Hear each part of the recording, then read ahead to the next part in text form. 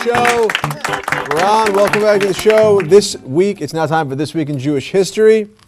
In Brooklyn, 1946, Dora Berman scored a perfect 64 points in Marjan. Sunda. That's a female Jewish pioneer. That's right. Yes, and now joining us on the show, we have our New York City bureau chief to tell us about the most pressing issues and stories confronting the Jewish people, Chris Edling. There he is. Chris Edling, welcome back to the show. Thank you for being here. Tell us about the urgent news. Well, our lead story this week is out of Brooklyn, New York. A florist who is supplying a chuppah for a Jewish wedding has successfully won damages in a law violation case related to an injury that he sustained while taking down this chuppah after the wedding ceremony. So what kind of damages did he get?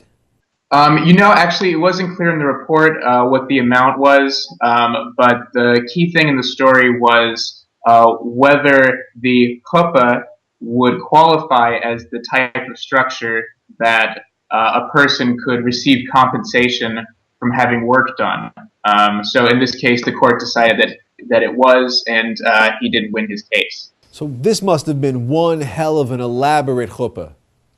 Well, it certainly was, according to the courts, there are certain types of things that qualify as what they call structures. There are other things that do not qualify. This chuppah in particular did seem to qualify, and they said, for example, in the past, things like phone booths, gas station signs do qualify as structures. Something, for example, like a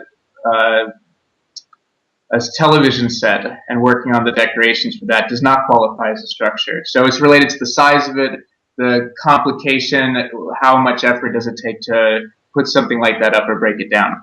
So not all chuppahs are structures, but if I have an elaborate chuppah and I'm doing a wedding in my backyard and this chuppah is considered a structure, then I'm responsible.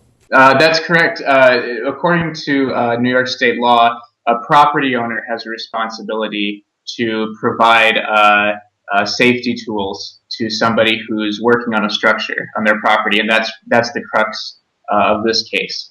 Unbelievable. That must have been one hell of a chuppah, man.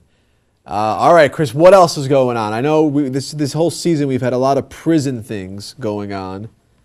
As you know, Sunda was arrested. That's correct.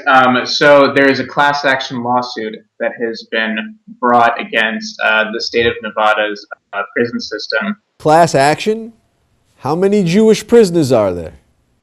I believe there are somewhere between 150 and 200 prisoners named in the class action lawsuit. Okay. Yeah. So, for an entire state, their penal system, to have 200 Jews is a fairly moderate amount. But it's impressive. Sorry, what?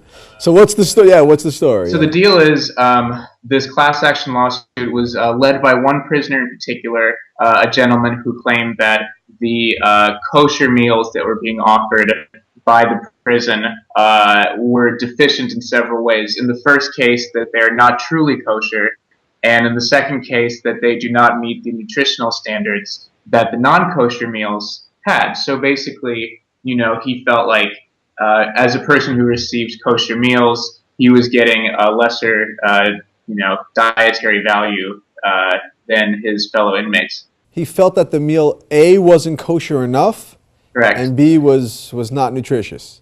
Right. So now the latest development in this case is the Nevada State prison system has hired a new consultancy firm of rabbis and people, deem things kosher and ensure things are kosher.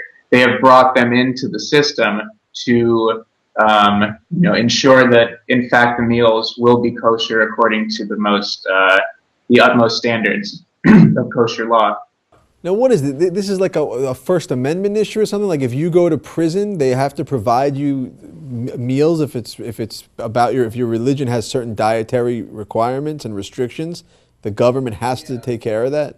That's correct. Part of what this case hinges on is a prisoner's First Amendment right to basically be observing his or her religion as they are a prisoner. So in this case, as keeping kosher is part of some of these prisoners' faith, then their ability to do so within the prison system, if it's being compromised, then they're claiming it's a violation of their constitutional rights. 200 Jewish prisoners in Nevada. Chris, thank you very much for the updates. We will see you next week. All right, have a good night. Chris Edling, ladies and gentlemen, our New York Bureau Chief. We will be right back.